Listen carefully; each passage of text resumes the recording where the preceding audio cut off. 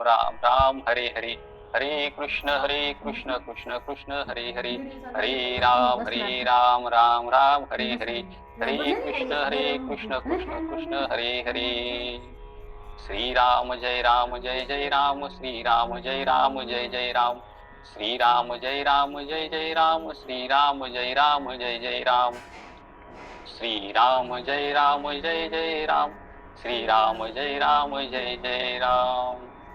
जय जय राम कृष्ण हरि, जय जय राम कृष्ण हरि, जय जय राम कृष्ण हरि, जय जय राम कृष्ण हरि। गुरुर्ब्रह्मा गुरुर्विष्णू गुरुर्देव महेश्वरा, गुरु साक्षात परब्रह्म तस्मै श्री गुरुवे नमः। वक्रतुंड महाकाय सूर्यकोटि समप्रभ, निर्विघ्नं कुरु मे देव सर्वकार्येषु सर्वदा। शान्ताकारं भुजगशयनं पद्मनाभं सुरेशं, विश्वाधारं गगनसदृशं मेघवर्णं शुभांगं, लक्ष्मीकान्तं कमलनयनं योगिभिर्यादिनिकं, वन्दे विष्णु भवभयहरं सर्वलोकैकनाथं। कुंडलिका वरदे हरि विठ्ठल पंढरीनाथ भगवान की जय, श्री ज्ञानेश्वर महाराज की जय, श्री जगद्गुरु तुकाराम महाराज की जय, श्री शांती ब्रह्म एकनाथ महाराज की जय, सर्व संतन की जय। आपुल्या बळे नाही मी बोलत, सखा कृपावंत वाचयात याची। आज जे काही माझ्या मुखातून पडेल ते माझे बोल नसून सद्गुरूची कृपा आहे। जे काही चांगलं असेल ते सद्गुरूचं, परमात्मा पांडुरंगाचं, गुरुवर्यांचं, आणि जे काही चुकीचं असेल ती चूक बोल माझी असेल, त्याच्यामध्ये म्हणजे त्याचा धनी मीच असेल, म्हणजे चुकीचा। जे काही बोबडे बोल असतील ते गोड मानून घ्यावे। आज चिंतनासाठी मी जो विषय निवडला आहे तो विषय आपल्या पुढे चिंतन त्याचं सादर करेन। तत्पूर्वी परिहार देणं आवश्यक समजतो। श्री रघुनाथ फाउंडेशन संचलित वशिष्ठ गुरुकुल हरिभक्तपरायण ज्योतिताई महाराज प्रथमतः यांचे आभार व्यक्त करतो। त्यांनी मला आज इथे चिंतन मांडण्याची जी संधी दिली, ताईचं सातत्याने मार्गदर्शन आणि त्यांची प्रेरणा असते, म्हणून इथं उभा राहण्याची हिंमत होते, दोन शब्द बोलण्याची हिंमत होते। आज आपल्या ग्रुपवरती ताईने एक मेसेज टाकला होता की श्री रघुनाथ फाउंडेशनचे संचालक व वाडजे गावचे माननीय उपसरपंच माननीय श्री संतोष भाऊ लक्ष्मण जंगम यांची हमाल मजूर सहकारी संस्था मा यार्ड संचालकपदी बिनविरोध निवड झाल्याबद्दल त्यांचं मी प्रथमतः हार्दिक अभिनंदन करू इच्छितो। सर्व संचालक मंडळाचं हार्दिक अभिनंदन आणि ताईचंही खूप खूप अभिनंदन आणि त्यांचे आभार, मला इथे आज सेवा करण्याची संधी दिली। सर्व वारकरी बंधू भगिनींना, ज्येष्ठ मंडळींना आणि उपस्थित सर्व भाविकांना माझा साष्टांग नमस्कार। सर्वांना रामकृष्ण हरी। आज आपण एक एकादशी या विषयावरती चिंतन करणार आहोत।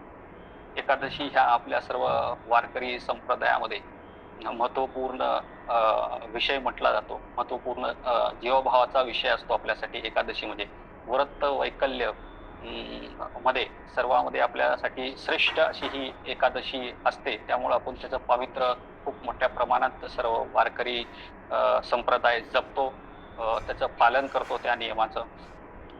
आता जे अधिक मास सुरू आहे, ज्याला ज्येष्ठ पुरुषोत्तम मासात चालू आहे, त्या मासामध्ये 2 एकादशी अधिकच्या आलेल्या. दरवर्षी आपल्याकडे 24 एकादशी येतात, या अधिक मासामुळे या वर्षी 2 एकादशी अधिकच्या आलेल्या आहेत आणि या दोन्हीही एकादशी आपल्याला गुरुवारी आलेल्या आहेत। असा हा पावन योग आलेला आहे आणि उद्या देखील गुरुवार आहे आणि उद्या एकादशी आहे। हा योग साधून मी हा चिंतनासाठी विषय निवडला आहे। एकादशीचं महात्म्य तर आपण जाणतोच, एकादशी आपल्या वारकरी संप्रदायासाठी किती महत्त्वपूर्ण आहे। आणि त्यामध्ये दुग्ध शर्करा योग असा की ती गुरुवारी आलेली आहे. म्हणजे गुरुची ही कृपा आपल्याला त्याच्यातून प्राप्त होणार आहे. वारकरी संप्रदायामध्ये सर्वात महत्वाचा व्रत धर्म कोणता असेल, आपण कुठल्याही वारकऱ्याला विचारलं तर तो प्रथमतः एकादशीच सांगतो की कुठलं अनुष्ठान यज्ञ कर्म याच्या मागे तो नसतो. तो प्रथमतः एकादशीच आपल्यासाठी सर्वश्रेष्ठ आहे असं सांगतो. कारण का या 2 एकादशी ज्या आलेल्या आहेत अधिकच्या, हिंदू पंचांगानुसार प्रत्येक पक्षामध्ये आपण जाणतो की एक एकादशी येते प्रत्येक पक्षामध्ये. म्हणजे शुक्ल पक्षामध्ये एक एकादशी असते आणि कृष्ण पक्षामध्ये एक एकादशी असते. म्हणजे हिंदू पंचांगानुसार प्रत्येक पक्षातील 11वी तिथी म्हणजे एकादशी असं आपण समजतो आणि तिला मानतो. कृष्ण पक्षातील एकादशी असो किंवा शुक्ल पक्षातील एकादशी असो, त्या दोन्हीही एकादशीचं महत्व तितकंच आहे. जसं आत्ताच मी म्हटल्याप्रमाणे वर्षात 24 एकादशी असतात आणि या अधिकच्या महिन्यामुळे 2 एकादशीचा आपल्याला अधिकचा म्हणजे फायदा होणार आहे. फायदा त्या 2 एकादशीचा आपल्याला व्रत आणखीन म्हणजे पुण्य प्राप्त करून घेता येणार आहे. उद्या गुरुवार असल्यामुळे उद्याची कमला एकादशी आहे, त्याचंही महत्व आपण जाणतोच. प्रत्येक एकादशीचं महत्व भगवान नी सांगितलेलं आहे. प्रत्येक शास्त्रामध्ये पुराणामध्ये त्याचं वर्णन आलेलं आहे. कारण का आपण संप्रदायातील लोक सर्व शास्त्रानुसार कार्य करतो. शास्त्र आपल्यासाठी खूप महत्वपूर्ण असतं. शास्त्र म्हणजे पुराण असतील, आपली पोथी असतील, धर्मग्रंथ असेल, ज्ञानेश्वरी असेल, महाराजांची गाथा असेल, हे आपल्यासाठी वारकरी संप्रदायासाठी काय म्हणू ते आपल्यासाठी सर्वोच्च असं हे ग्रंथ आहेत. आणि आपण शास्त्रानुसारच वागणं, कर्म करणं, कार्य करणं गरजेचं असतं. असं म्हटलं जातं की बुद्धिमान व्यक्ती त्यालाच म्हटलं जातं की जो शास्त्रानुसार वागतो, शास्त्रानुसारच कार्य करतो. म्हणजे आई आपल्याला माहित असते, पण आपल्या पित्याचा जर शोध घ्यायचा असेल, आपल्या बापाचा जर शोध घ्यायचा असेल तर आपण मातेजवळ जातो आणि माताला विचारतो की आपला पिता कोण आहे. तसं आपले हे आईबाप आहेत. सर्व शास्त्र, धर्मग्रंथ, पुराणे हे आपल्याला मार्गदर्शन करतात, आपल्याला जीवनाचा मार्ग दाखवतात आणि आपल्या जीवनाचा जो प्रवास आहे तो सुगम करतात. तसेच हे शास्त्र जे आहेत ती आपली आई आहे. परमात्म्याला जाणण्यासाठी आपल्याला आईजवळ जसं जावं लागतं तसं परमात्म्याला जाणण्यासाठी ही जे शास्त्र आहे ती शास्त्र समजून घेणं गरजेचं असतं महाराज. कारण का शास्त्र समजल्याशिवाय आपल्याला पुढचा मार्गक्रम करता येत नाही. आपण पाहतो की अनेक व्रत असतात, अनेक उपवास असतात, अनेक वार असतात. आपण वेगवेगळ्या प्रकारचे व्रत करतो, उपवास करतो. म्हणजे आठवड्यामध्ये जे 8ही वार आहेत, जसा सोमवार असेल तर हा आपल्या शिवभोळ्या शिवशंकराचा वार आहे, हर हर महादेवाचा वार आहे. त्या दिवशी आपण शिवची भक्ती करतो, शिवाला नमस्कार करतो, शिवाराधना करतो, शिवाला वंदन करतो. मंगळवार असेल तर आई जगदंबा भवानीचं व्रत उपवास करतो. हा मंगळवार सुद्धा आपल्याला रामदूत हनुमानाचं साठी सुद्धा हा वार समजला जातो. त्यानंतर आपला बुधवार असेल तर तो परमात्मा पांडुरंग याच्यासाठी विशेष हा बुधवार समजला जातो. आधी परमात्मा पांडुरंगाचा वार आहे, त्यांचा दिवस आहे. गुरुवार असेल तर गुरुची भक्ती, गुरुची शक्ती आपल्याला मिळण्यासाठी गुरुची आपण उपासना करतो, गुरुवार करतो. दत्त महाराजांचा तो वार समजला जातो, स्वामी समर्थांचा वार समजला जातो. त्यांची आपण आराधना करतो, त्यांची आपण पूजा करतो, त्यांचा आशीर्वाद मिळवतो. शुक्रवार हा मातेचाही वार समजला जातो आणि गोविंदा व्यंकटरमणा गोविंदा, लक्ष्मी रमणा गोविंदा, साक्षात विष्णू बालाजीची आपण आराधना करतो. शनिवार आपण पाहिला तर मारुती रायाचा वार समजला जातो, शनी महाराजांचा वार समजला जातो. आपण त्यांची पूजा अर्चा करतो. रविवार असेल, रविवारी आपण खंडरायाला वंदन करतो, खंडरायाची पूजा करतो. असे प्रत्येक वार विशेष देवासाठी आहेत, त्यांची पूजा अर्चना, त्यांची भक्ती उपवास करण्यासाठी आहेत. तसंच आपल्या शास्त्रानुसार आपल्या वारकरी संप्रदायामध्ये अ, मासामध्ये 2 आपल्याला एकादशी येतात. एक कृष्ण पक्षामधील एकादशी आणि शुक्ल पक्षामधील एकादशी. वर्षामध्ये 24 एकादशी. त्या सर्व एकादशी आपण तितक्या जीवाभावाने करतो आणि आपण सर्व म्हणजे तन, मन, धन सर्व पूजा अर्चन करून हे सगळे व्रत करत असतो. तसं म्हणजे पूर्वी कसं आपल्याला जर ईश्वर प्राप्ती करून घ्यायची असेल, काही ज्ञान प्राप्त करून घ्यायचं असेल, भगवंताची जर आपल्याला कृपा पाहिजे असेल, भगवंताचा जर आपल्याला आशीर्वाद मिळवायचा असेल, तर आपल्याला व्रत करावं लागायचे, तप करावं लागायचे, यज्ञ करावं लागायचे. काही साधू मुनी शतको वर्ष तप केलेले आपण पाहिलेले आहेत. जसे चांगदेव महाराज असतील, त्यांनी किती तप केलेलं आहे. असे आपल्याला अनेक साधू पुरुष मंडळी आपल्याला सांगता येतील, की त्यांनी अनेक व्रत केली, अनेक वर्ष तप केली, उपवास केली. तसे आपल्याला म्हणजे तितकं यत्न करायची गरज नाहीये, की आपल्याला मोठं तप करायची गरज नाहीये. फक्त आपल्याला उपवास करायचा आहे. एकादशी करायची आहे आपल्याला. एकादशीचं महात्म्य तर आपण सर्वजण जाणतो. कारण का ईश्वर प्राप्तीसाठी आपल्याला शास्त्रानुसार वागणं गरजेचं आहे. कारण का कर्म करण्यासाठी शास्त्र आपल्याला काही नियम घालून दिले आहेत. त्या नियमानुसारच आपल्याला जीवनामध्ये मार्गक्रम करावा लागतो. कारण का कर्म तर प्रत्येकालाच करावं लागणार आहे. कर्माशिवाय आपल्याला म्हणजे काय म्हणतात त्याला, या जीवनामधून मुक्तता नाहीये, सुटका नाहीये कर्माशिवाय. म्हणजे साक्षात भगवान कृष्णाने सुद्धा रणभूमीवरती, कुरुक्षेत्रावरती, धर्मक्षेत्रावरती अर्जुन हतबल झाल्यानंतर त्याला मार्गदर्शन केलं अर्जुनानं. तो कर्म काय करू मी? कर्माबद्दल त्याला ज्ञान दिलं, की तुझं कर्म क्षत्रिय आहे. तू क्षत्रिय असल्यामुळे तुझं कर्म तू केलंच पाहिजे. तुझं कर्म महत्वाचं आहे. कर्मण्येवाधिकार समाफलेषु कदाचन. म्हणजे कर्म आपण केलंच पाहिजे. कर्माला त्याच्यातून सुटका नाही, असं गीतेमध्ये पण सांगितलेलं आहे. आणि तिथं श्रीकृष्णाने त्यांना मार्गदर्शन केलं. असं कर्म आहे आणि कर्म करताना कर्मातूनच आपल्याला ईश्वर प्राप्ती होते आणि शास्त्रानुसारच कर्म केल्यानंतर आपल्याला सुख, शांती, समाधान प्राप्त होतं. जर सुख शांती पाहिजे असेल तर आपल्याला कर्म केलं पाहिजे आणि ते कर्म शास्त्रानुसारच असलं पाहिजे. तप, व्रत, उपवास केल्याने सुख शांती मिळतेच. कारण का आपण शास्त्रानुसार चाललो तर आपल्याला जीवनामध्ये जगताना अडचण येत नाही. कारण का आपलं जे तप आहे, आपण एका शास्त्रानुसार चालणाऱ्या पथक्रम करणारे वारकरी आहोत. कारण का आपण वाईट वळणाला, वाईट विचाराला थारा नाही देत. आपलं जीवन हे स्वच्छ, सुंदर, प्रामाणिक असं आपलं जीवन असतं वारकरी लोकांचं. त्याची सत्य वाचा, सत्य बोलणं, प्रामाणिक राहणं, आपल्या कर्माप्रती आदर असणं, अशा प्रकारचं हे आपलं व्रत असतं.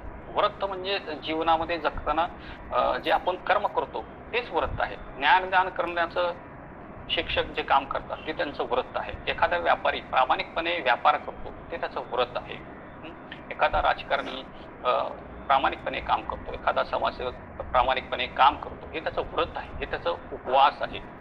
आणि व्रत तप आपण कर्मानुसारच केलं पाहिजे, शास्त्रानुसारच केलं पाहिजे. तेव्हाच आपल्याला त्याचं सुख, समाधान आणि शांती मिळते. परमात्मा पांडुरंगाला प्रिय काय आहे? आपण तर एकादशी प्रिय आहे, तुळशी प्रिय आहे, त्यांचा वारकरी प्रिय आहे, वारकऱ्याची भक्ती प्रिय आहे. परमात्मा पांडुरंगाला, कृष्णाला, विष्णूला प्रसन्न करण्यासाठी, आपल्याला प्राप्त करण्यासाठी, त्यांची आपल्यावरती प्रेम प्राप्त करण्यासाठी आपल्याला एकादशीचं महत्त्व जाणून घेणं गरजेचं आहे. एकादशीचं महत्त्व, एकादशीची व्रताचे प्रमाण काय, का करावं एकादशीचं व्रत?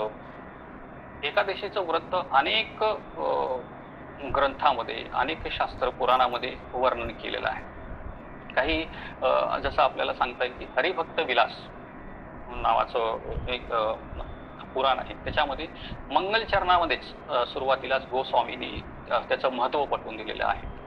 मत्स्य पुराण असेल, त्याच्यामध्ये एकादशीचं महत्त्व अतिशय काय म्हणतात त्याला स्पष्टपणे व्यक्त केलेलं आहे.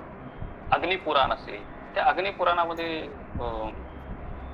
सांगितलेलं आहे की अन्न ग्रहण करू नये एकादशीच्या दिवशी.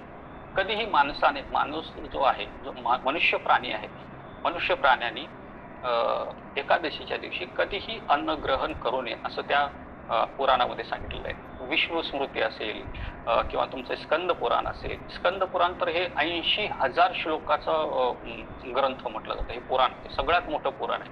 या पुराणामध्ये सुद्धा त्या एकादशीचं महत्त्व वर्णन केलेलं आहे. ब्रह्म हितार्थ पुराण असेल किंवा विष्णू धर्मांतर पुराण असेल, पद्मपुराण असेल, महाभारत असेल, अशा अनेक जे धर्मग्रंथ आहेत, पुराणं आहेत. त्याच्यामध्ये वेदव्यासांनी जी पुराणं लिहिली, 18 पुराण, त्या पुराणामध्ये सुद्धा एकादशीचं महत्त्व विदित करण्यात आलेलं आहे. असे पुराणं म्हणजे काय, पुराणं काय करतात की फक्त मंत्र आणि तंत्र सांगत नाही, तर आपल्याला जीवनाचा जगण्याचा मार्ग दाखवतात. हे आपण शास्त्र पद्धतीनं कसं जगलं पाहिजे, आपलं आचरण कसं असलं पाहिजे, आपण आपल्या जीवनामध्ये कशा पद्धतीनं मार्गक्रम केला पाहिजे. कारण का माणसाला हा माणसाचा देह सहज मिळालेला नाही. माणसाने हा 84 लक्ष योनीचा प्रवास करून माणसाला हा देह प्राप्त झालेला आहे. तेव्हा महाराज या देहाचा, या जन्माचा आपण कशा पद्धतीनं वापर केला पाहिजे, कशा पद्धतीनं आपण या जन्मामध्ये ईश्वर प्राप्ती करून घेतली पाहिजे, ईश्वराचं भजन, चिंतन, मनन, कीर्तन करून ईश्वर प्राप्ती केली पाहिजे. आणि शास्त्रानुसार चालल्यानंतर माणसाला म्हणजे अवैध जे काम म्हणतो ना, जे म्हणजे नियमात बसत नाहीत असे काम करण्याची त्याला गरजच पडत नाही. कारण का त्याला ती बुद्धीच सुचत नाही हो. कारण का दुर्योधनाची बुद्धी भ्रष्ट झाली म्हणून त्यांनी पांडवांना 5 गावं सुद्धा दिलेली. तो म्हणाला होते की सोयीशे टोकावर बसणार नाही, इतकी जमीन सुद्धा मी देणार नाही. म्हणजे त्याची बुद्धी भ्रष्ट झाली होती. आपण जर शास्त्रानुसार, कारण का तो शास्त्र मानतच नव्हता ना, तो कुठल्या नियमालाच मानत नव्हता, त्यामुळे त्याची बुद्धी भ्रष्ट झाली होती. आपण शास्त्रानुसार वागल्यानंतर, व्रत वैकल्य तप केल्यानंतर आपली बुद्धी भ्रष्ट होत नाही. बुद्धी भ्रष्ट न झाल्यामुळे आपण नियमानुसार वागतो. जसं आपण जेव्हा वाहन घेऊन चालतो रस्त्यावरती, हायवेवरती, आपण जर नियमाचं पालन करतो की 80ची स्पीड दिलेली आहे, तर 80च्या स्पीडने आपण आपली गाडी चालवली तर आपला अपघात होत नाही. आपण जर 120, 130च्या स्पीडने गाडी चालवू आणि नियमाचं पालन नाही करू तर अपघात होण्याची दाट शक्यता असते आणि त्यामुळे ती आपली चूक आपल्या जीवावर पोचते. त्यामुळे आपण नियमाचं पालन केलं पाहिजे. शास्त्रानुसार, नियमानुसार जे काही नियम आहेत, आपल्याला शास्त्राने जे नियम घालून दिलेले त्या नियमानुसार आपण जगणं, आपल्या जीवनामध्ये त्याचं आचरण करणं महत्त्वाचं असतं. नाहीतर मग अपघात होतो, मग आपल्या जीवनामध्ये दुःख येतात, कठीणाई येतात, कारण का आपली बुद्धी भ्रष्ट होऊन जाते ना. कारण का आपले कर्म चांगले नसल्यामुळे आपली बुद्धी भ्रष्ट होऊन जाते. आणि एकादशी ही केवळ उपवासाची तिथी नाहीये. म्हणतो ना आपण आज एकादशी आहे, मी उपवास धरलाय, आज अन्न त्याग केलेला आहे, आज जेवण वर्ज्य आहे. तर एकादशी म्हणजे केवळ न जेवता उपाशी राहणं म्हणजे एकादशी का? नाही.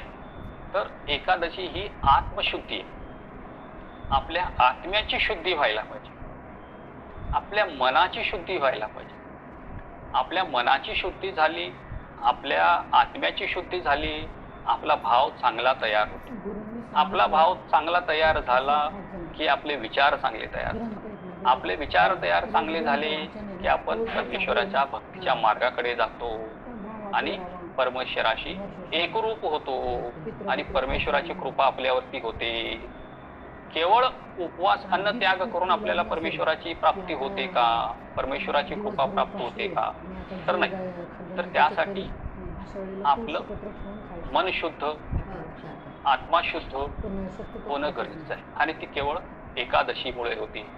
हळूहळू भगवंताची कृपा होते आपल्यावर. ड्रायव्हर एकाच दिवशी पूर्ण तयार नाही होत.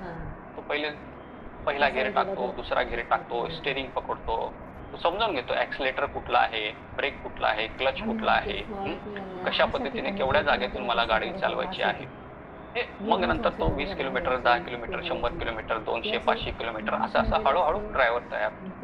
तसं आपण या मानवी देहामध्ये जन्मानंतर जो आपल्याला देह मिळालेला आहे ते तयार होण्यासाठी आपल्याला शास्त्राने जे काही नियम सांगितलेले आहेत, एकादशी करा, वारी करा,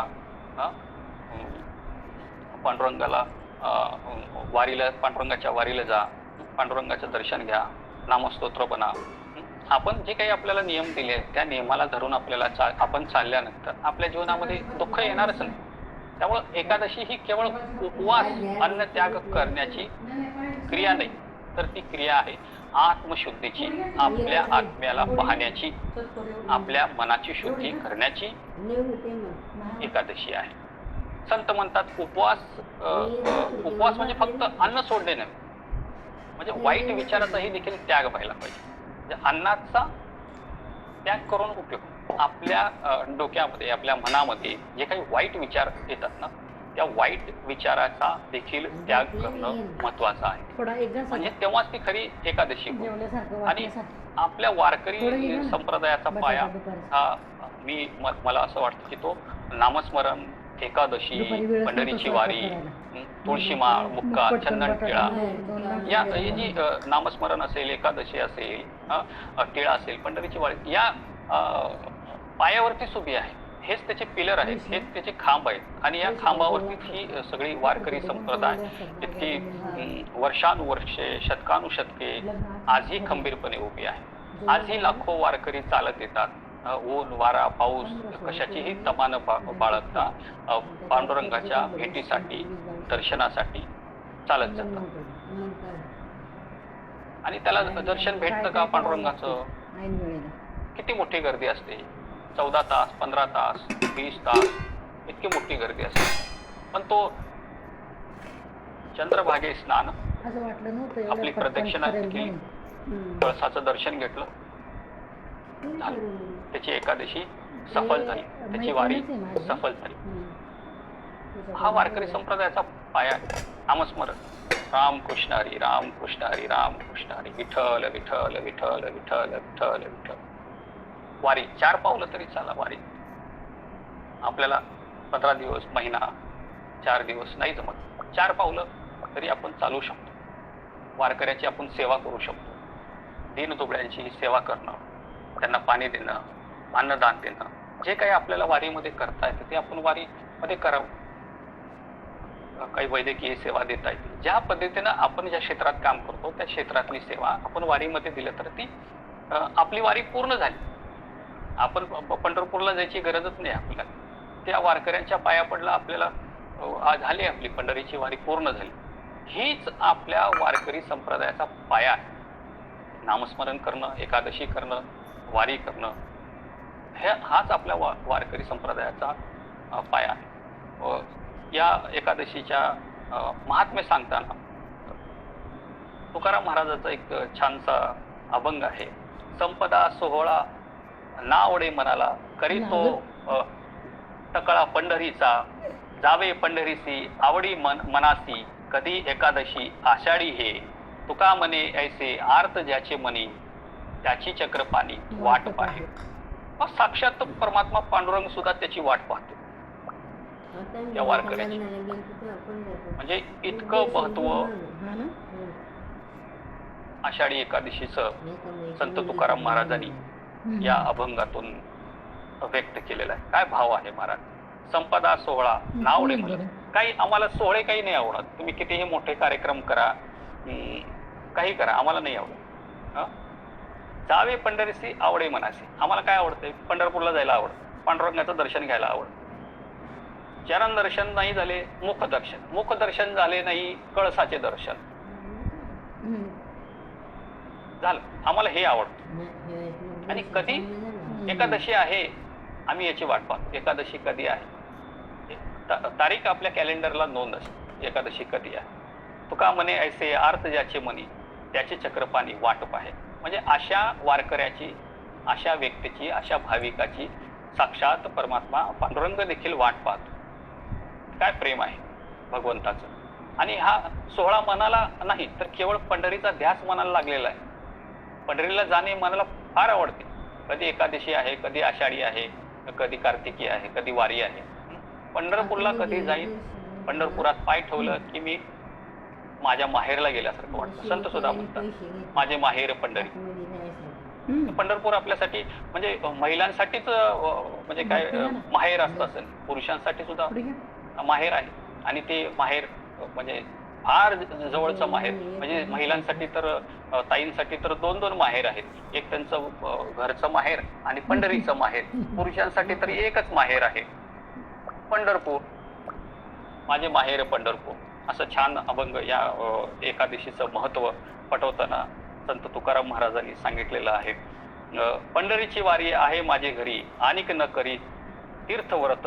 व्रत एकादशी करीन उपवासी, गायीन अहर्निशी मुखी नाम. नाम विठोबाचे घेईन मी वाचे, बीज कल्पातीचे तुका म्हणे. म्हणजे पंढरीची वारी माझ्या घरी आहे, हेच सर्वात मोठा सुख माझ्याकडे आहे. याच्या वाचून माझं दुसरं सुख नाही. हा सगळ्यात मोठं सुख आहे आणि हेच माझ्यासाठी सगळ्यात मोठं तीर्थ आहे. दुसरं माझ्यासाठी कुठलं व्रत वैकल्य करण्याची गरज आहे. सगळ्यात मोठं व्रत कुठलं आहे माझ्यासाठी तर एकादशी हा सगळ्यात मोठा व्रत आहे. आणि तो नियमाने मी व्रत करेन. कुंडलिकाचं, पांडुरंगाचं, संतांचं मी गुणगान गाईन. असा हा छान अभंग त्याच्यामध्ये दडलेला आहे. तर काय भाव आहे तुकाराम महाराजांनी. तुकाराम महाराजाचा आणखीन एक त्याच्यामध्ये छानसा अभंग आहे. आम्हा देणे धरा सांगतो हे कानी, चित्ता पाय मनी विठोबाचे. तेने माझे चित्ता होय समाधान, विलास मिष्टान न लगे सोने. व्रत एकादशी दारी वृंदावन, कंठे ल्यारे लेणे तुळशी माळा.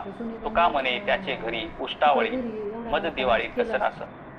आम्हाला काही दुसरं काही लागत नाही. काय द्यायचं असेल ते तुमच्या कानामध्ये सांगतो, ते तुम्हाला सांगतो. विठोबाचे पायाचं चिंतन मनामध्ये करत राहायचं आणि चित्ताला समाधान मिळतं. की आम्ही मिष्ठान्न दिलं म्हणून आमच्या चित्ताला समाधान मिळत नाही. एकादशी तुळशी वृंदावन माझ्या घरी आहे, माझ्या घरी वारी आहे, कंठामध्ये हरिनामाचं बोल आहे, ते माझ्यासाठी महत्वाचं आहे. असं छानसं भाव तुकाराम महाराजांनी या त्यांच्या अभंगामध्ये व्यक्त केलेला आहे आणि महत्व देखील त्याचं सांगितलेलं आहे. एकादशी आपण पाहिलं की एकादशी एक दशक. एकादशी म्हणजे काय? एक दशक म्हणजे 11. आपला 11 हा जो अंक आहे तो अंक काय दर्शवतो की आपली जी 5 इंद्रिय आहेत, डोळे असतील, कान असेल, नाक असेल, आपली जिव्हा असेल, आपली त्वचा असेल, हे 5 इंद्रिय एकादशी मधले 5 ते जे 5 इंद्रिय आहेत म्हणजे 11 जी आपण काय म्हणतो त्याला अंक जो आहे तो अंक एकादशी. तर त्याच्यामधले 5 हे ज्ञानेंद्रिय आहे. मग डोळे, कान, नाक असेल, आपली जीभ, त्वचा असेल, आपण डोळे काय बघायचं ह्या डोळ्यांनी, काय पाहायचं ह्या डोळ्यांनी. तर सदा माझे डोळे जडो तुझी मूर्ती, रखुमाईच्या पती सोयरिया. डोळ्यांनी काय पाहायचंय की माझे डोळे सदा नेहमी तुझी मूर्ती पाहू, तुझं रूप पाहू, तुझं चित्त माझ्या मनी असावं, हेच या इंद्रियांनी पाहायचं. आवडे हे रूप गोजरे सगुण, पाहता लोचन सुखावले. काय हे गोजर रूप बघायचं. डोळ्यांनी काय बघायचं? वाईट नाही बघायचं. जगामध्ये, समाजामध्ये अनेक घटना घडतात, चांगल्या घडतात, वाईट घडतात. वाईट घटना आपल्याला या डोळ्यांनी बघायच्या.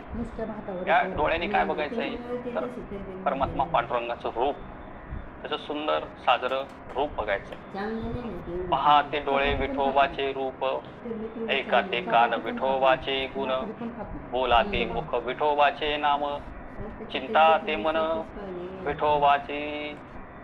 मला कसली चिंता नाही. माझं मुख विठोबाचं नामस्मरण करतं, त्याचं गुणगान गातो.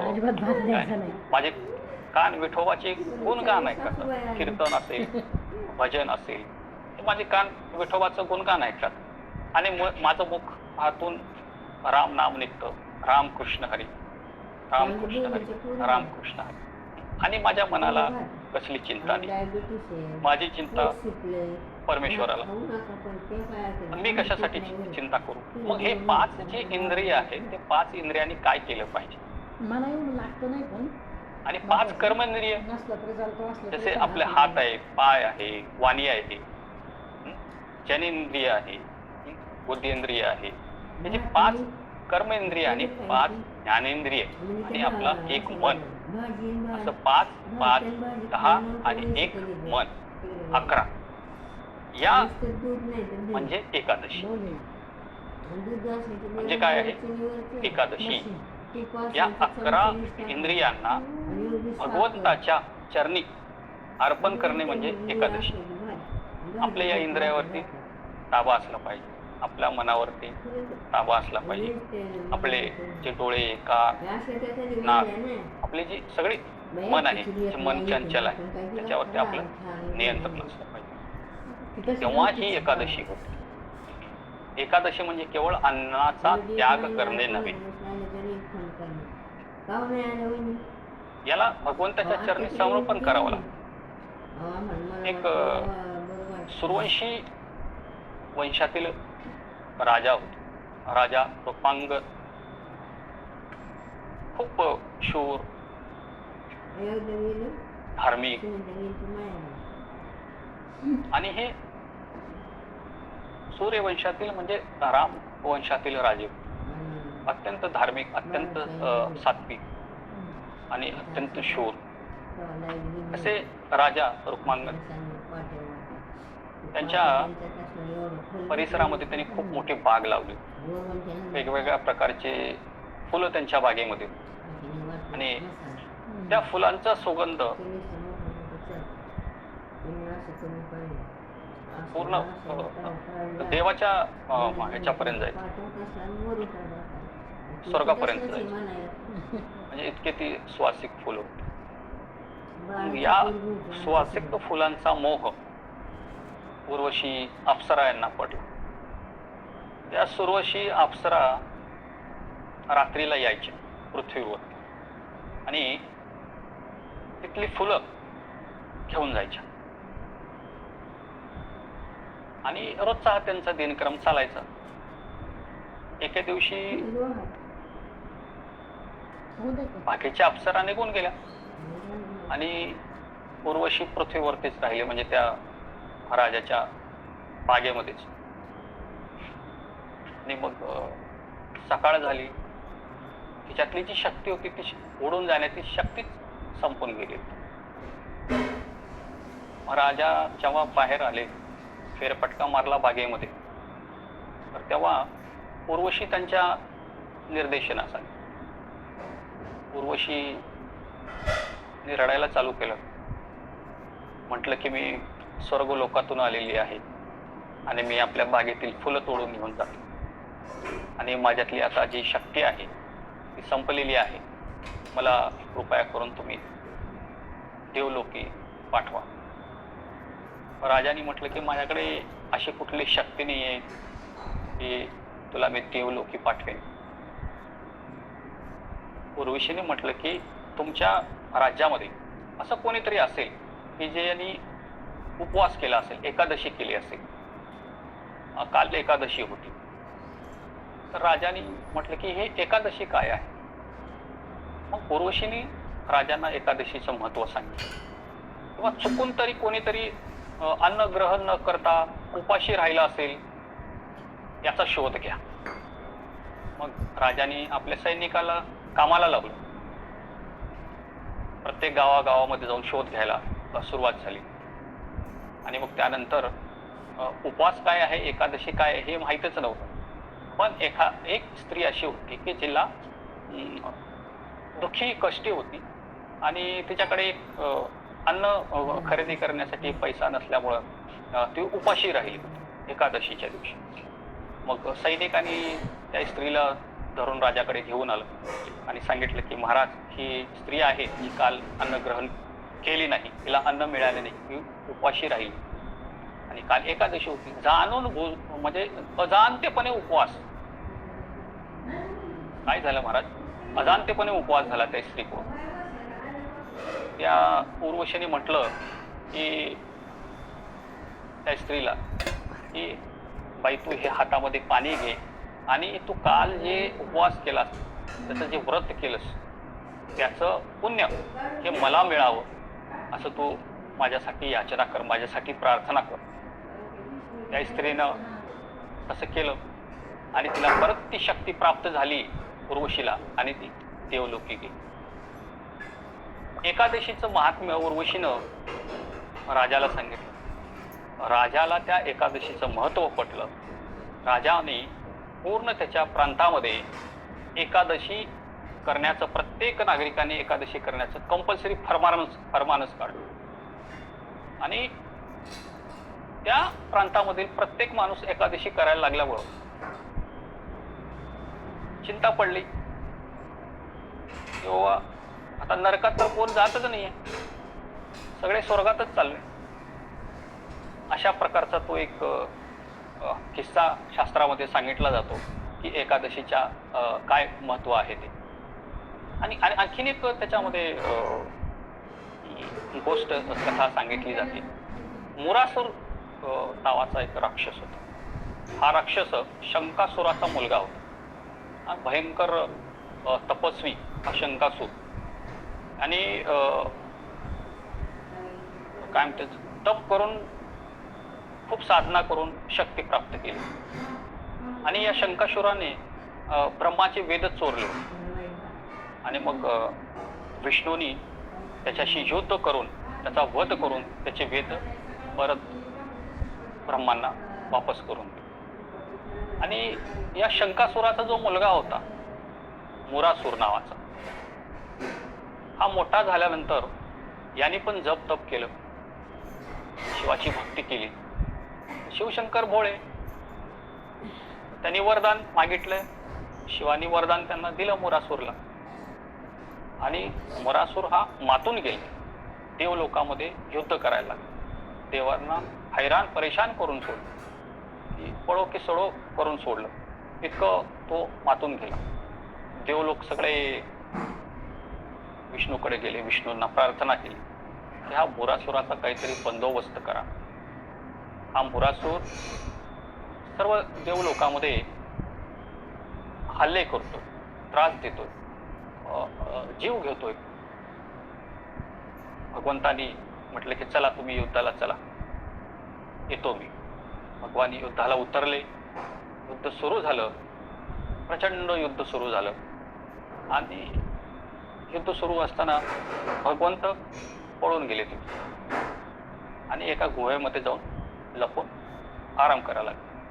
भगवंत रणछोडदास असं म्हटलं जातं भगवंताला. कधी कधी भगवंताची नीती वेगळी असते, भगवंताची काय म्हणतात लीलया वेगळे वेगळे असतात.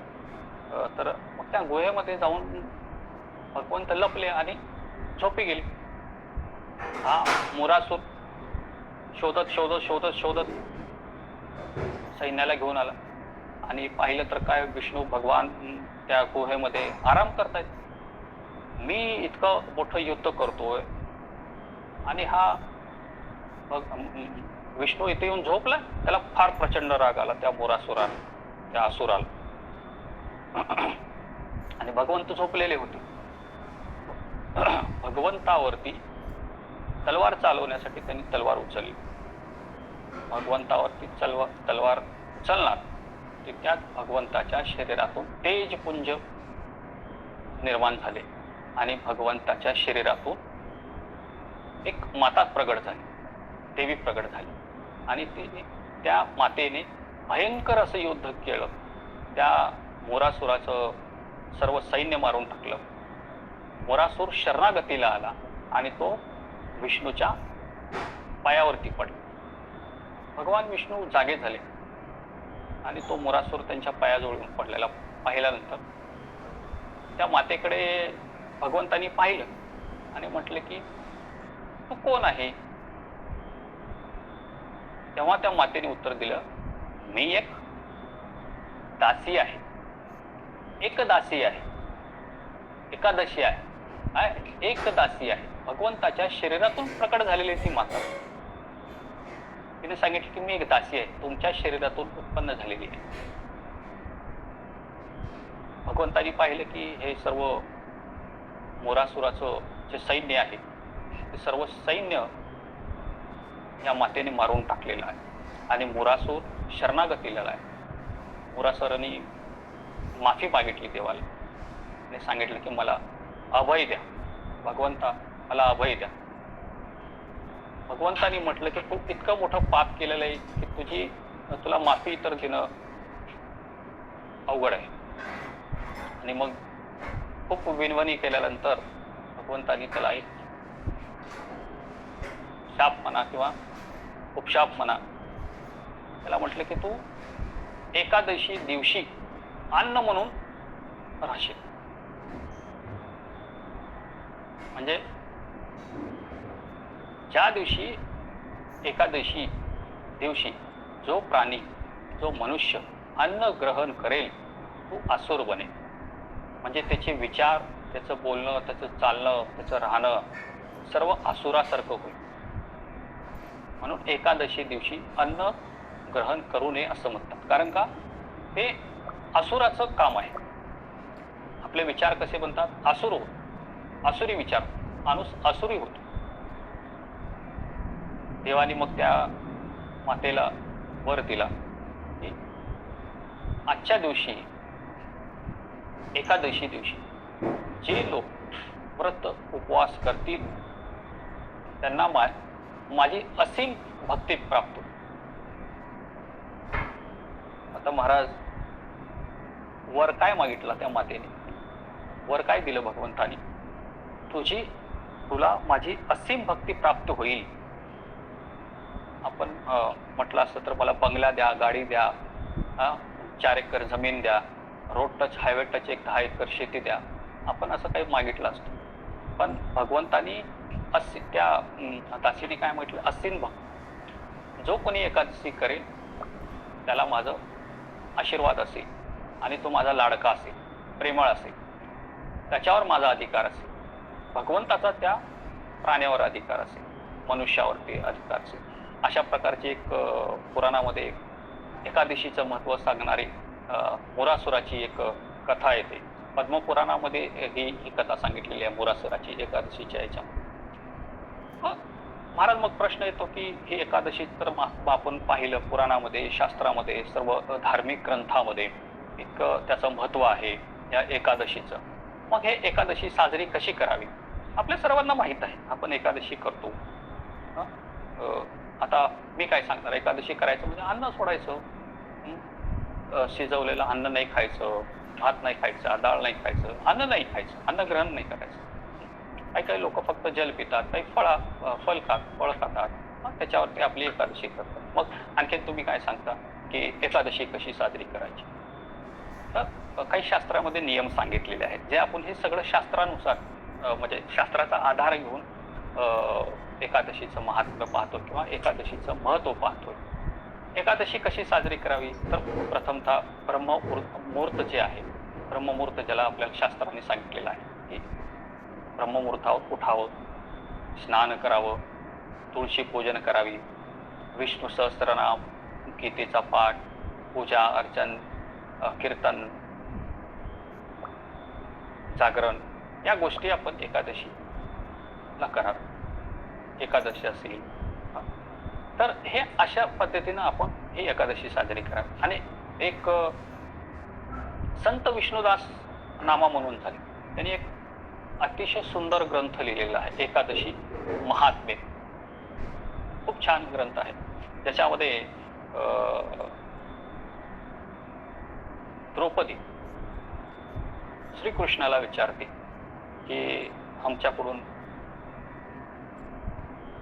धर्मघात झालेला आहे, तर आम्ही या पापातून मुक्त होण्यासाठी काय करावं? तर भगवान कृष्णाने त्याच्यामध्ये देखील एकादशीचं महत्त्व सांगितलेलं आहे त्या ह्याच्यामध्ये. आणि मग एकादशी कसं करावी हे आपण पाहिलं. मग आता एकादशी याला काय टाळावं हे महत्त्वाचं आहे. एकादशी तर आपण करतो, पण एकादशी करतो, खोटे व्यवहार करतो, खोटं बोलतो, लोकांना लुबाडतो, आपला व्यवहार चांगला नसतो. मग एकादशीचा उपवास करून काय उपयोग? लोकांची निंदा करतो, लोकांना वाईट बोलतो, हिंसा करतो, तामसी अन्न ग्रहण करतो. मग हे गोष्टी टाळल्या पाहिजे. या गोष्टी पासून आपण लांब राहिले. आणि एकादशीचं फल तर सर्व शास्त्रामध्ये सांगितलेलं आहे. पुराणामध्ये, धार्मिक ग्रंथामध्ये की एकादशीचं काय महत्व आहे, त्याचं फळ काय आहे. आम्ही एकादशी केल्यानंतर आम्हाला त्याचं काय फळ मिळतं. तर शेकडो यज्ञ केल्यानंतर जे फळ मिळतं, आपण काय आता इतके मोठे यज्ञ नाही करू शकत. एक सुद्धा आपण यज्ञ नाही करू शकत. तो काळ नाही यज्ञ कर.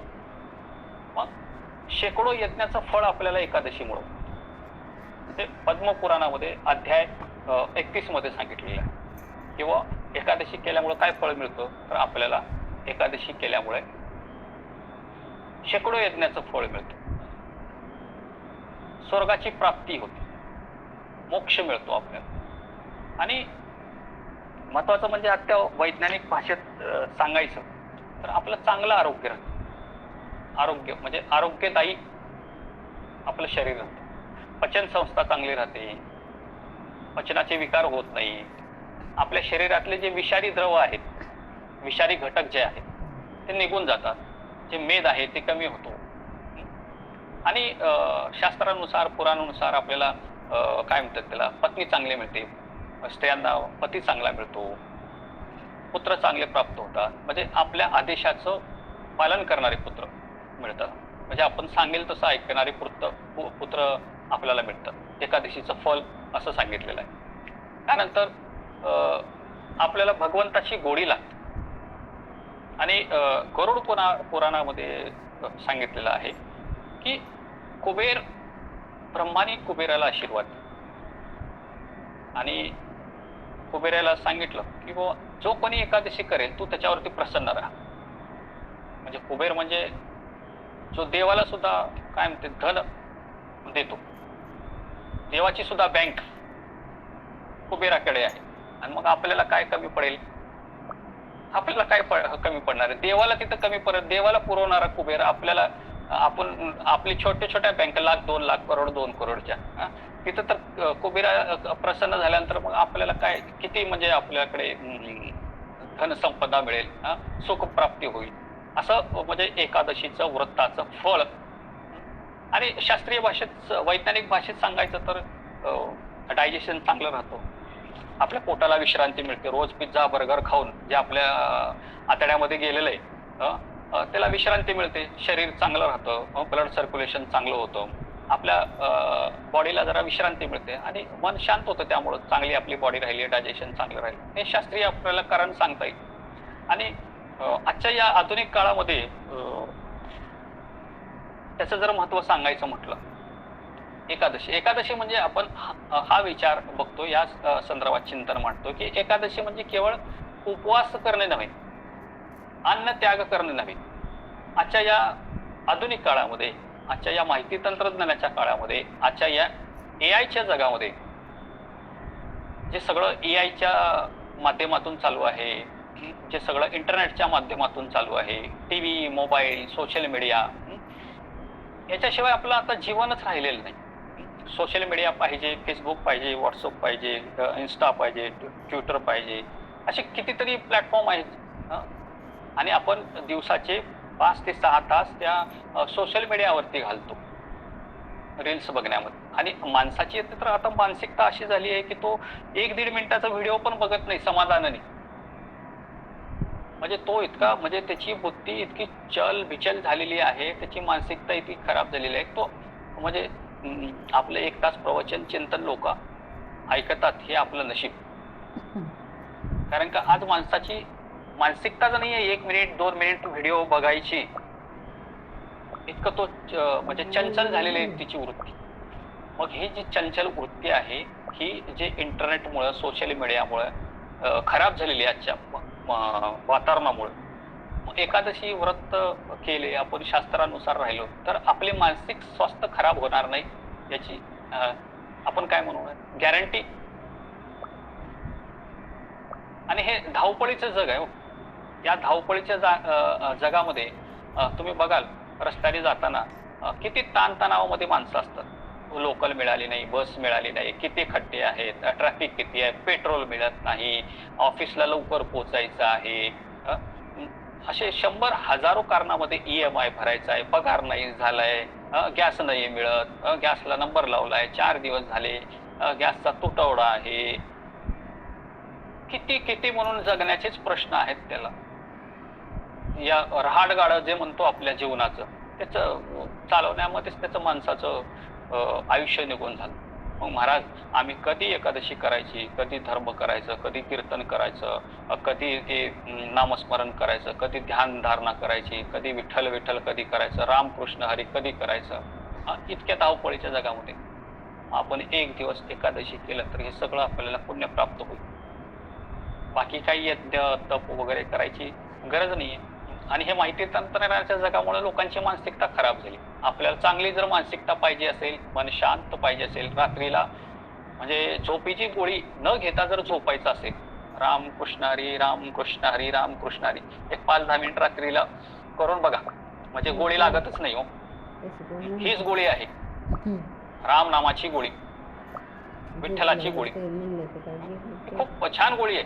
म्हणजे कुठल्या काय म्हणतात त्याला, न्यूरोसायन्सकडे न्यूरोलॉजिस्टकडे जाण्याची गरज नाही. आणि ज्योतिताई महाराजांनी तर हा चांगला असा उपक्रम राबवलाय ना, मी तर खूप त्यांचे आभार व्यक्त करेन आणि खूप त्यांचं अभिनंदन करेल की जेवण झालं की आपलं 1 तासभर कीर्तनाला बसायचं, महाराजांचं कीर्तन ऐकायचं आणि मस्त शांतपणे झोपत जायचं. 4 गोष्टी आपल्या कानावरती चांगल्या पडतात, काही वाईट विचार येत नाहीत आणि मस्त झोप लागली की सकाळी मस्त उठतो माणूस, आपलं मग रोजचं नित्यक्रम चालू राहतो. अशा प्रकारे जे आपली मानसिकता खराब झाली ना, ते यामुळं आपली मानसिकता हे होऊन जाईल. किती हिंसाचार वाढलाय आपण पाहतो. त्या इराणमध्ये युद्ध चालू आहे, ते इस्रायलचं युद्ध चालू आहे, ते रशियाचं युद्ध चालू आहे, ते युक्रेनचं युद्ध चालू आहे. ते ट्रम्प काहीतरी बोलतो, इकडं पेट्रोल वाढतं, तर ट्रम्प काहीतरी बोलतो, गॅस वाढून जातं. किती ताणतणावामध्ये माणूस आहेत. काय व्हायचं उद्या जगामध्ये? आपलं आपलं विठ्ठल विठ्ठल विठ्ठल विठ्ठल करायचं, समाधानी राहायचं, रामकृष्ण हरी म्हणायचं. आपली मानसिकता जर चांगली ठेवायची असेल तर आपलं मन हिंसाचार करणारच नाही हो. कोणाचा खून करायचं, वारकऱ्यांनी कधी खून केलाय अशी बातमी वाचली काय? नाहीच, त्याची प्रवृत्तीच नाही. तो करणारच नाही, तो खोटं बोलत नाही. एखाद्याचा खून काय करेल आणि कुठं दरोडा टाकेल? तो साधा भोळा वारकरी तो कुठला खून करतो, कुठले दरोडे टाकतो? त्याचं आपलं आपलं जीवन मस्त शांततेत जगतो. हिंसाचारामध्ये त्याचं काही योगदान नाही, ताणतणावामध्ये त्याचं काही योगदान नाही. त्यामुळे शारीरिक व्याधी किती वाढलेत. ट्रॅफिक मध्ये चालताना किती खड्डे झालेत रस्त्यावरती. त्या खड्डे ट्रॅफिक मध्ये चालताना मान जाती, पाड जाती, कंबर जाती. किती शारीरिक व्याधी वाढलेत, मानसिक व्याधी वाढली. समाज व्यवस्थाच बिघडली आणि बिघडत चालली. आणि येणारी आणखीन जो पुढचा काळ आहे तो तर खूपच म्हणजे विचित्र काळ राहणार आहे. आणि त्याच्यामध्ये आपल्या मनाची शांती आपण गमावणं, म्हणजे मनाची शांती बिघडली की शरीराची म्हणजे शरीर बिघडतं. आणि शरीर मन बिघडलं की माणसाची प्रकृती कशी चांगली राहील, तब्येत कशी चांगली राहील. त्यामुळं आपलं एकादशी करायचं, व्रत वैकल्य करायचं, शास्त्रानुसार जगायचं. त्यामुळं आपले सगळ्या गोष्टी चांगल्या राहतात. नातेसंबंध चांगले राहतात. आता बघ, नातेसंबंध सुद्धा खराब झाले कारण का आपण आपल्याकडे फोन आलाय. अगोदर पत्र लिहायचो, 8-8 दिवसांनी संदेश मिळायचे. आता माणसाकडे फोन आहेत, 1 सेकंदामध्ये आपण अमेरिकेला पाहुण्याला मित्राला बोलू शकतो. पण माणूस त्याला फोन लावत नाही, माणूस संपर्क करत नाही, माणूस बोलत नाही. 4 मित्र जरी बसले तरी मोबाईल बघत बसतात. 4 मित्र गप्पा नाही मारत, मोबाईल बघत बसतात. म्हणजे माणसामधले नातेसंबंध खराब झाले आहेत, भाऊबंदकीतले नातेसंबंध खराब झालेले आहेत, मित्र परिवारामधले नाते खराब झालेले आहेत. कारण का तर आपण शास्त्रानुसार वागत नाही ना. आपण एकादशी करायचं सोडलंय, रामनाम घ्यायचं सोडलंय, वारीत जात नाही, दिंडीत जात नाही, आपल्याला पंढरपूर माहित नाही. मग हे जर आपल्याला सगळं काय झालंय, आता एक नवीन संकल्पना आली, डिजिटल डिटॉक्स नावाची. म्हणजे काय, मोबाईल वापरायचं नाही, टीव्ही नाही बघायचं, इंटरनेटचा वापर नाही करायचं. म्हणजे काय, त्याला आपल्या भाषेत सांगायचं तर काय म्हणतात त्याला, उपवास. म्हणजे हे मोबाईलची एकादशी, हे इंटरनेटची एकादशी. बाबांनो, आमचे संत महात्मे, आमचे वारकरी मंडळी, आमचे महाराज काय सांगतात, एकादशी करा, उपवास करा, मनाला शांती मिळते. तुम्ही आत्ता ही संकल्पना काढली डिजिटल डिटॉक्स. अरे आमच्या साधू पुरुषांनी, आमच्या संत महात्म्यांनी कधीच सांगितलंय डिजिटल डिटॉक्स तुमचं? तर हे डिजिटल डिटॉक्स करण्यासाठी सगळ्यात सोपे रे नाम राम कृष्ण हरी, रामकृष्ण हरी, रामकृष्ण हरी. मला इथं बोलण्याची जी संधी दिली त्याबद्दल ज्योतिताई महाराजांचे आभार व्यक्त करतो. आणि जे काही माझ्या मुखातून गेलं असेल चांगलं, ते माझ्या गुरुचं, ईश्वरांचं, संतांची कृपा. आणि काही चुकीचं गेलं असेल तर एक लहान बाळ समजून आपण आपल्या पोटात घ्यावं. आणि मला इथे सेवा माझं करण्याची संधी दिली, चिंतन मांडण्याची संधी दिली, त्याबद्दल आपले खूप खूप आभार. रामकृष्ण. पसायदान घ्या महाराज. पसायदान घेताय ना? पसायदान कोण घेत आहे? प्रदीप कुमार महाराज. हे घेऊ का? हो तुम्हीच घ्या. हो हो. आता विश्वात्मके देवे येणे वागेज्ञ तोषावे, तोषो निमज द्यावे पसायता नाही. जे खळांची व्यंकटी सांडो, तया सत्कर्मी रती वाढो. भूता परस्परे पडो, मैत्र जीवांचे दुरितांचे तिमिर जाओ. विश्व सतर्प सूर्य पाहो, जो जेल वांछिले तो ते लावो. प्राणी जात वर्षत सकळ मंगळी, ईश्वर निष्ठांची मांडळी. अनवर्तु भूमंडळी भेटतु या भूता. चला कल्पतरुचे आरव, चेतना चिंता मुनीचे गाव. बोल दे जे अर्णव पियुषांचे, चंद्रमे जे अलंचन. मार्तंड जे तापहीन, ते सर्व ही सदा सज्जन. सोयरे होतू किंबहुना सर्व सुखी, पूर्ण होई लोकी. भजे जो आदि पुरखी अखंडित, आणि ग्रंथोपजीवे विशेषी लोकीय. दृष्टा दृष्ट विजय होवावे जी, एथ म्हणे श्री विश्वेश्वराहो. हा होईल दान पसाऊ, येणेवर ज्ञान देऊ सुख्या झाला. येणेवर ज्ञान देऊ सुख्या झाला. पुंडलिकावरती हरी विठ्ठल पंढरीनाथ महाराज की जय. सब संतन की जय. रामकृष्ण. रामकृष्ण हरी महाराज. अतिशय गोड आणि सुंदर सेवा झाली.